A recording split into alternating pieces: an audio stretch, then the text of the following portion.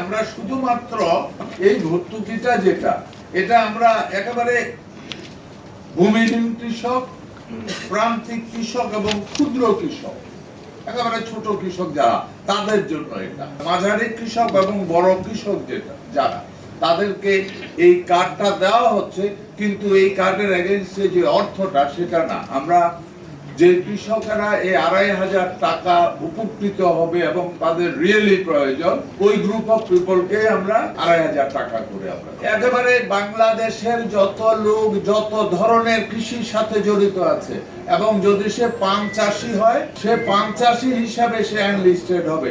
তো বাংলাদেশের যত পণ্য উৎপাদিত হচ্ছে, কৃষকরা উৎপাদন করে শ্রেণীভেদে প্রত্যেকটা কৃষকই এই কৃষক কার্ডের আওতায় আসবে। তাহলে আমরা উৎপাদন এবং চাহিদা ক্যালকুলেশনটা, সমন্বয়টা আমরা সঠিকভাবে, কৃষক তো কৃষক যেই থাক সেইটার আওতায় আসবে। এটা স্পেশালি কোনো পুরুষের জন্য না, আমরা কৃষক বলেছি।